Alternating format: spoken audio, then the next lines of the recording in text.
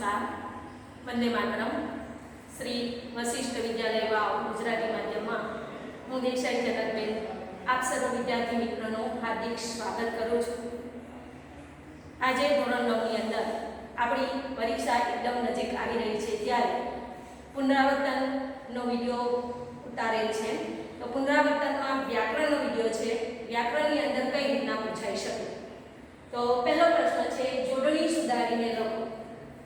તમને પરીક્ષાની અંદર જોડણી આપેલી હોય તો આપણે જોડણી વાંચીને જોડણી સુધારીને લખવી. જોડણી એ 8 વ્યાખ્યાનો વિષય છે. અહીંયા શબ્દ આપેલો છે સાંદીપની. તો સાંદીપની શબ્દની જોડણી આપણે લખવી હોય તો સાંદીપની આ રીતના લખાય. ત્યાર પછી બીજો શબ્દ છે મિનિટ. મિનિટ શબ્દની સાદી જોડણી લખવી હોય તો મિનિટ આ રીતના લખાય. ત્રીજો શબ્દ આપેલો છે તિર્કમ. તિર્કમ શબ્દનો જોડણી સાચી લખવી હોય તો ત્રિકમ આમ બનશે અને આ રીતના લખાય. ત્યાર પછી છે વૃદ્ધાવસ્થા. વૃદ્ધાવસ્થા શબ્દની સાચી જોડણી થાય વૃદ્ધાવસ્થા.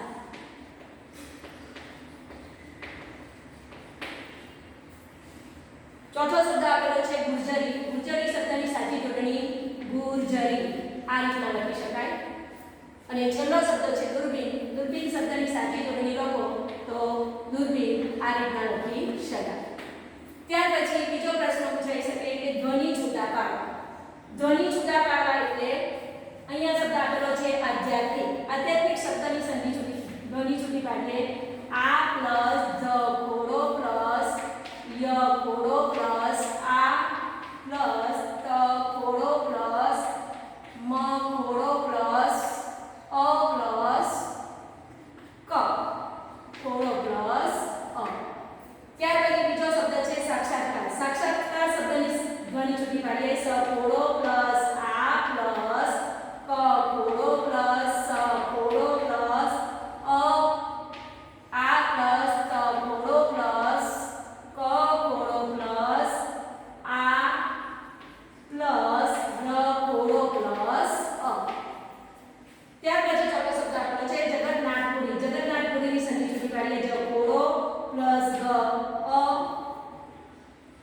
પ્લસ ગ કોડો પ્લસ અ પ્લસ ન કોડો પ્લસ ન કોડો પ્લસ આ પ્લસ થ કોડો પ્લસ અ પ્લસ પ કોડો પ્લસ ઉ પ્લસ ર કોડો પ્લસ મોટી ઈ.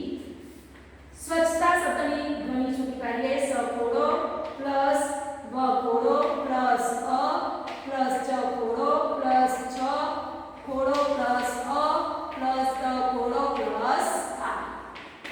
આ થઈ તમારી ધ્વનિ છૂટા પાડવા. ત્યારબાદ ઘાટા અક્ષરે છાપેલા સંજ્ઞાના પ્રકાર જણાવો. તો અહીંયા ભૂખ લાગતા માણસ ખાય છે એવો શબ્દ આપેલો છે. ભૂખ લાગતા માણસ ખાય છે. તો આ ભૂખ એ કઈ સંજ્ઞા છે? તો કે સંજ્ઞાના પ્રકાર આપણે પાંચ શીખી ગયા. પહેલું ભાવવાચક સંજ્ઞા, બીજું વ્યક્તિવાચક સંજ્ઞા, ત્રીજું જાતિવાચક સંજ્ઞા, ચોથું સમૂહવાચક સંજ્ઞા અને પાંચમું દ્રવ્યવાચક સંજ્ઞા. તો અહીંયા આપણે વાક્ય વાંચીશું ને એટલે ખ્યાલ આવી જશે કે ભૂખ લાગતા માણસ ખાય છે. આ ભૂખ એ શું બતાવેલું છે? ભાવ બતાવેલું છે. કઈ સંજ્ઞા બતાવેલી છે? ભાવવાચક સંજ્ઞા.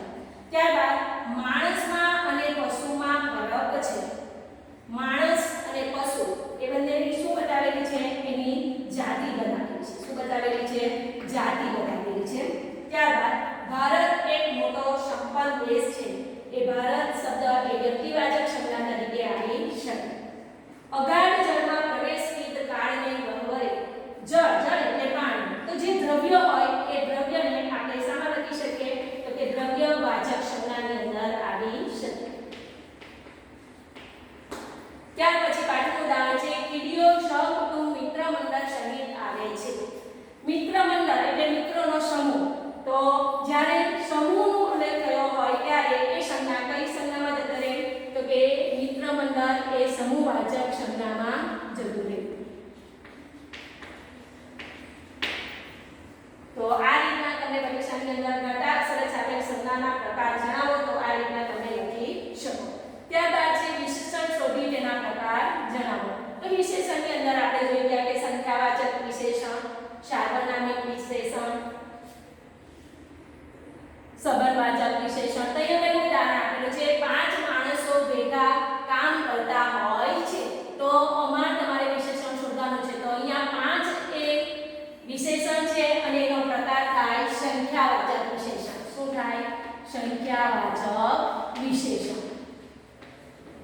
બીજું ઉદાહરણ છે માર્કંડી તો મારી નાનપણની સખી છે. અમારી આપણે વિશેષણ શોધવાનું છે. તો વિશેષણમાં શું આવી શકે?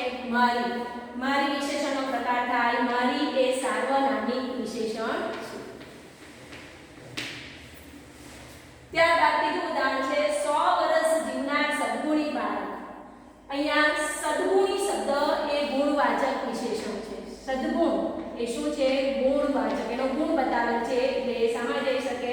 તો કે ગુણવાચક વિશેષણ તરીકે ઓળખાઈ શકે. ત્યાર પછી છે મા બાપના વતન જ્ઞાન થતા જાય.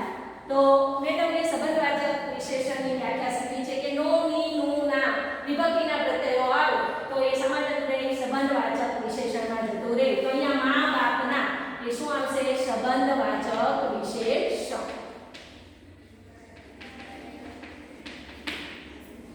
ત્યારબાદ સંધિ છોડો, સંધિ જોડો. તો અહીંયા તપશ્ચર્યા શબ્દ આપેલી છે. તો તપશ્ચર્યા શબ્દની સંધિ જોડવી હોય તો તપસ પ્લસ ચર્યા. તપસ પ્લસ ચર્યા.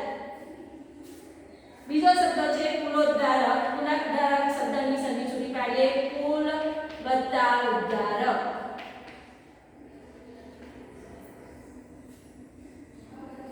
નિરંતર શબ્દની સંધિ જોડી પાડીએ નીર વત્તા અંતર.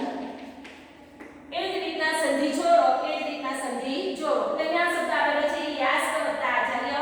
તો યાસ્ક વત્તા આચાર્ય શબ્દની સંધિ જોડીએ તો યાસ્કાચાર્ય. શું લખાય? યાસ્કાચાર્ય.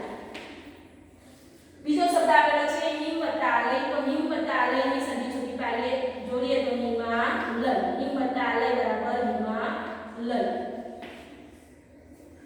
છેલ્લો શબ્દ છે ને વત્તા અન. ને વત્તા અનની સંધિ જોડીએ તો નયન થાય. શું થાય? નયન થાય. તો આ થયા સંધિ છોડો, સંધિ જોડો. ત્યારબાદ છે ધાતુ પ્રત્યય. ધાતુ પ્રત્યયમાં તમને આ રીતના પૂછાઈ શકે કે ખાવું ધાતુને ધ પ્રત્યય લગાવીને નવો શબ્દ બનાવો. તો ખાવુંનું શું થઈ જાય? ખાધો. શું થઈ જાય? ખાવુંનો ખાધો. પીવું ધાતુને ધ પ્રત્યય લગાવીને નવો શબ્દ બનાવો તો પીધું. પીધો. લેવું ધાતુને ધ પ્રત્યય લગાવી નવો શબ્દ બનાવો તો લીધી. દેવું ધાતુને ધ પ્રત્યય લગાવી નવો શબ્દ બનાવો તો લીધું. એ જ રીતના બીજા શબ્દ આપેલા છે કે બેસવું ધાતુને થ પ્રત્યય લગાવીને નવો શબ્દ બનાવો તો બેસવુંનો બેઠો. બેસવું ધાતુને થ પ્રત્યય લગાવી નવો શબ્દ બનાવો બેઠો. નાસવું ધાતુને ઠ પ્રત્યય લગાવી નવો શબ્દ બનાવો તો નાઠો.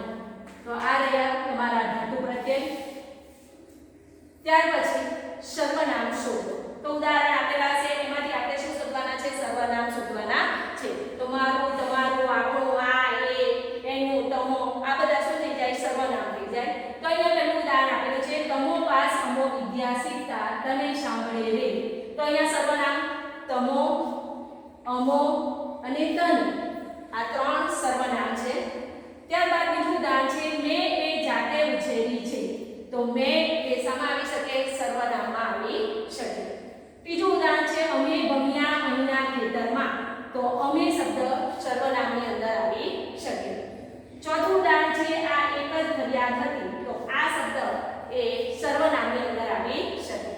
ત્યારબાદ છે રૂઢિપ્રયોગનો અર્થ આપી. તો તમે એમાં અબ કડ આપેલા જ હશે. આપણે રૂઢિપ્રયોગનો અર્થ સાચો શોધવાનો છે. શેર સૂટ ખાવી. શેર સૂટ ખાવી એટલે ખૂબ જ તાકાત હોવી. ખૂબ જ તાકાત હોવી. જિંદગીનો થાક અનુભવો. જિંદગીનો થાક અનુભવો એટલે જિંદગીથી કંટાળી જવું.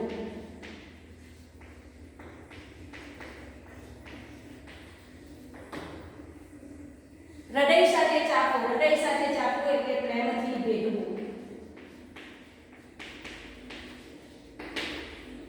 અને ત્યારબાદ શબ્દ સમૂહ માટે એક શબ્દ તો કે ખાતા ધરાઈ નહીં તેવું તો શું થાય અપરાધી. મહાનો હાકનાર તો ગુજરાતીમાં એના માટે શબ્દ છે માલમ. સમુદ્રમાં ઊંડે સુધી ડૂબકી મારી મોટી સુધી લાવનાર તો એને આપણે શું કહીએ છીએ મરજીવિયા. શું કહીએ છીએ મરજીવિયા કે જેઓ સમુદ્રમાંથી ઊંડે સુધી ડૂબકી મારીને શું શોધી લાવે છે મોતી શોધી લાવે છે એટલે એના માટે કયો શબ્દ વપરાયેલો છે મરજીવિયા. તો પરીક્ષાની અંદર તમને આ રીતના વ્યાકરણ પૂછાઈ શકે. નમસ્તે. વંદે માતરમ.